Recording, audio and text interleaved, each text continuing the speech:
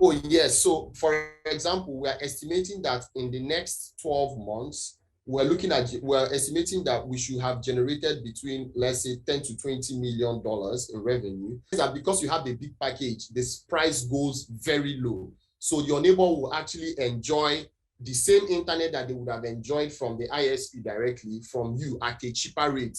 And that has driven down the cost of mobile internet. And that's the whole essence of, decentralization.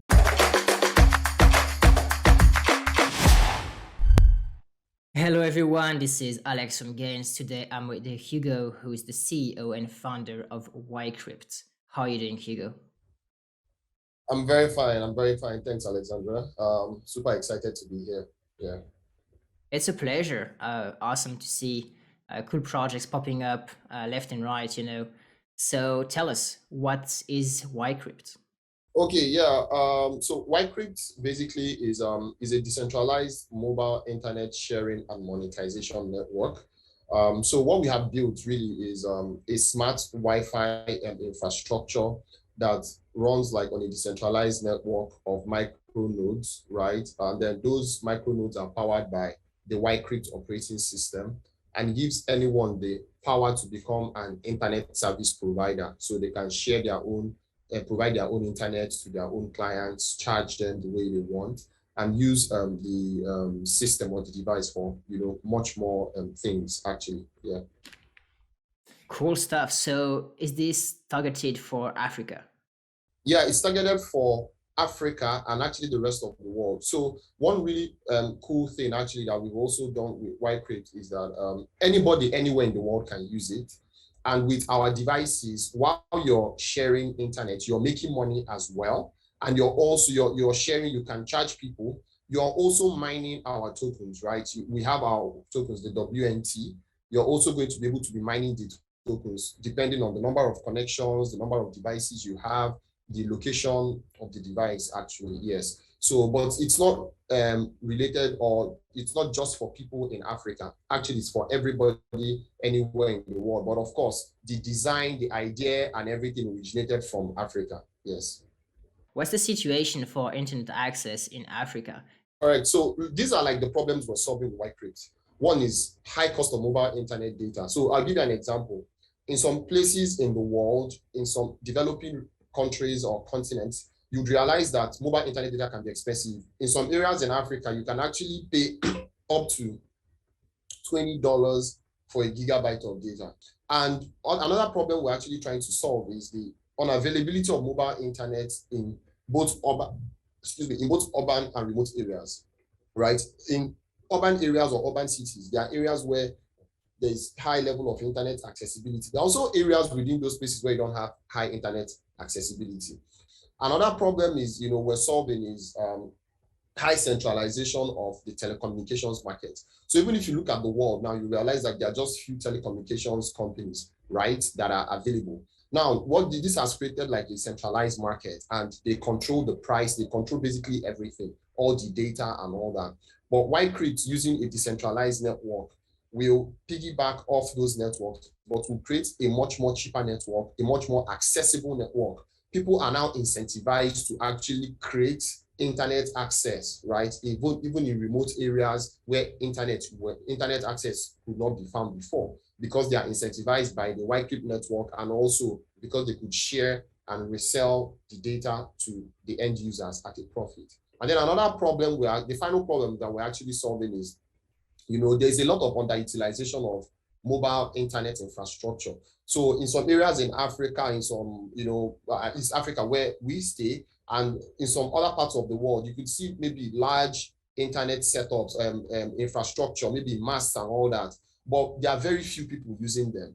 They are highly underutilized. But with our system, right, you could actually use those same mobile internet infrastructure and send it to different areas that are much more like densely populated areas, and you can create your own network in those areas using the underutilized one, and then it creates much more value because those people can now access internet. Is it like, does the connection need to go through many nodes, like maybe a few 100 meters or a few kilometers away, and then to reach like a landline or something?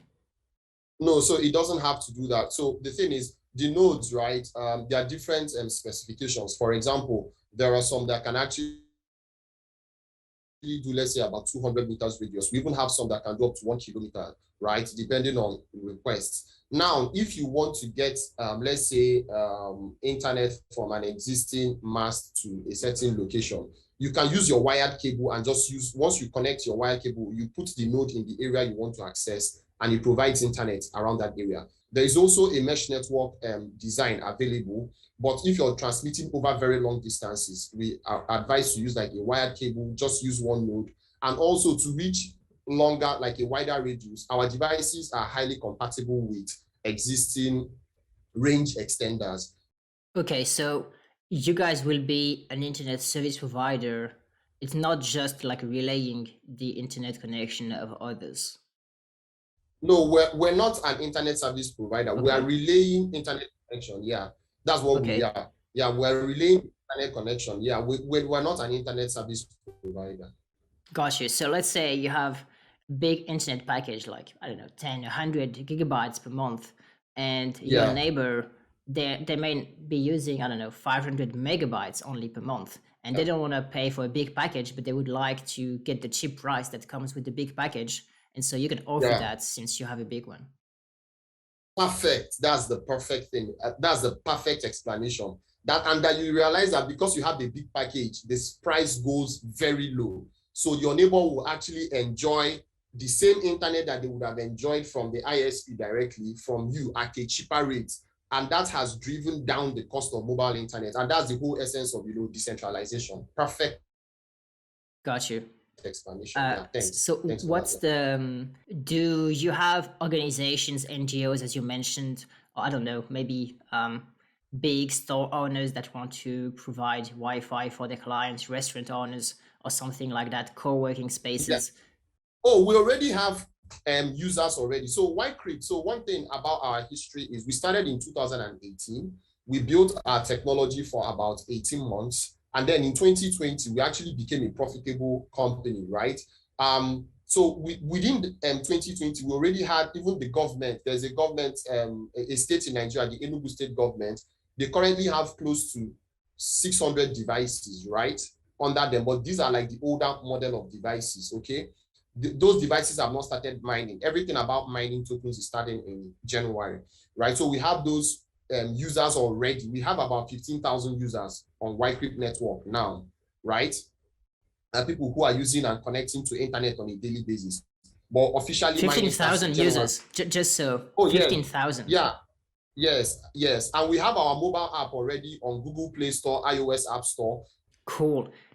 What's the use case and where does the demand for the token come? Because obviously if the node owners get tokens for providing internet connection, then it's, people on the other end, do they need the token to pay, to get? Yes. Are they very good question with that?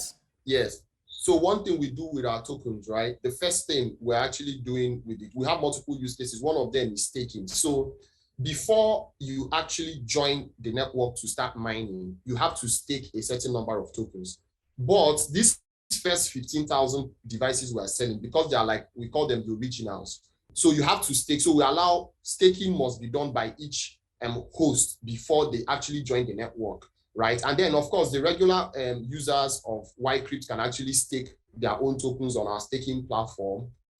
Then, two, our tokens provide things like voting rights, right? To determine things like a governance token, things like the percentage commission that we earn on each particular sale, because Wicrypt makes money when we charge a percentage commission on each revenue the host generates. And another thing we also do is our token is deflationary, right? So we take a percentage of the revenue we generate, we use it to buy back our tokens and we bond them. Then our tokens, because we have devices that people buy, our tokens, once they go live, people can actually use those tokens to buy devices from the market, right? They can actually use those tokens to purchase devices at a discounted rate. Cool. And so do you have an estimate of your revenue, and then we can take 10% of that and know how much per quarter is going to be buyback and burned? Oh, yes. So for example, we are estimating that in the next 12 months, we're estimating that we should have generated between, let's say, 10 to 20 million dollars in revenue. And if we're taking about 30% of that, that's about $6 million to buy back tokens and bond them, which is actually like a very good number. So it's 30% of the fees. Yes, 30%, yes. Wow. Okay, that's impressive. Cool. Tell us about your team. I mean, lots of crypto companies, they have trouble building software already, and I guess hardware is even more difficult. So how did Complex, you yeah. guys pull it off? What's your expertise in IT, hardware, networking, Yeah, internet? cool. So I'm actually an engineer. I mean, I'm the chief engineer for Wicrypt as well. I'm a blockchain engineer. I also work on low-level engineering like operating systems and hardware as well. So in our team, right, I lead the engineering team, but we also have people who are who are experts in the core hardware design. And one other thing we also have is we have like in our team, we have a data scientist that helps us, with things like, managing data, crunching numbers. We also have a specialist, right, who focuses only on, like, he's our head of security and, operating system design. Now, he built out an operating system over 10 years, an antivirus over 10 years ago. It was a really remarkable system. So he's leading our security, ensuring that we have all the things, the checks and balances for, the user privacy. Also, he has also worked on things like our virtual private networks. So our system automatically comes with VPNs installed. And our head of operations, Tony, she has over 14 years experience in the telecommunications industry. She has worked for the two biggest telecommunications industry in Nigeria. So we have a team that has a lot of experience, right, in both the tech, both like hardware, software in the operating system level, the blockchain design, and also, operations as well. Okay, tell us more about your plans for the token. Um, when is it launching? Launch pads, things like that. Okay, yeah. So we're actually launching on the 2nd of December, right? And we're launching on Ocam Razor, right, on the 2nd of December. So we expect, we're actually launching only on that launch pad. So we expect, people to actually go like check it out on the 2nd of December. And then we're going to be moving to exchanges approximately a week later, just a couple of days after we've done our IDO. Yeah, so the IDO is really close. And after our IDO, we're actually now doing our device sales. Like I mentioned, we are selling 15,000 devices. So everyone should, go over to our website and check out the nft.wicrypt.com and join the waiting list because, I mean, a lot of people have started showing a lot of interest. And like I mentioned, once the IDO is done, we do the device sales. And the device sales only a fixed number of 15,000. And then once it's done, it has to, it's still like another 6 to 9 months before a new batch of devices will be made. And by then, people must have started mining the tokens, getting rewards and all that. Yeah. All right, cool stuff. You anything else you'd like to mention about what you guys are doing? Any future stuff coming, exciting? Then another important thing we also have is we're launching our Explorer. We should be launching that next week. So our Explorer is something where like a place where you can see a global map of the world and you would see all the hotspots everywhere that are scattered all over the world. You'll be able to see real-time data being transmitted on the blockchain, right? Like internet speed, the location, the internet service provider, the number of connected clients, everything will be available, like we call it the open data network. So we're launching the testnet version of that as well in a week's time. So we are super excited about what we're doing. And then we, of course, by January, we are now launching the mainnet of the Explorer, and then we begin to ship the devices. So another thing is we can ship these devices to anywhere in the world. So people should not be bothered about maybe the location where they are. That's not a problem. The devices can be shipped globally. You can access it anywhere at all. Yeah. So we're super excited about the next few weeks. It's going to be fun. Awesome. Thanks so much, Hugo, for sharing what you guys are doing, the vision, just bringing internet to more people. Sounds amazing. Guys, if you enjoy the show, drop a like, a comment. Feel free to check out what Wicrypt is doing. Seems pretty cool. Occam is a great launchpad, Yeah. so I'm sure things will be, going very well for you guys. And yeah, we might actually buy one of your nodes for gains. We have a few things going, so it might be used for some of our co-working Cool. space or Yeah. something. Yeah. All right. Thank you so much, Hugo. Bye bye. Awesome. See That's you great. soon. Thanks, Alexandre. Thank you. Bye.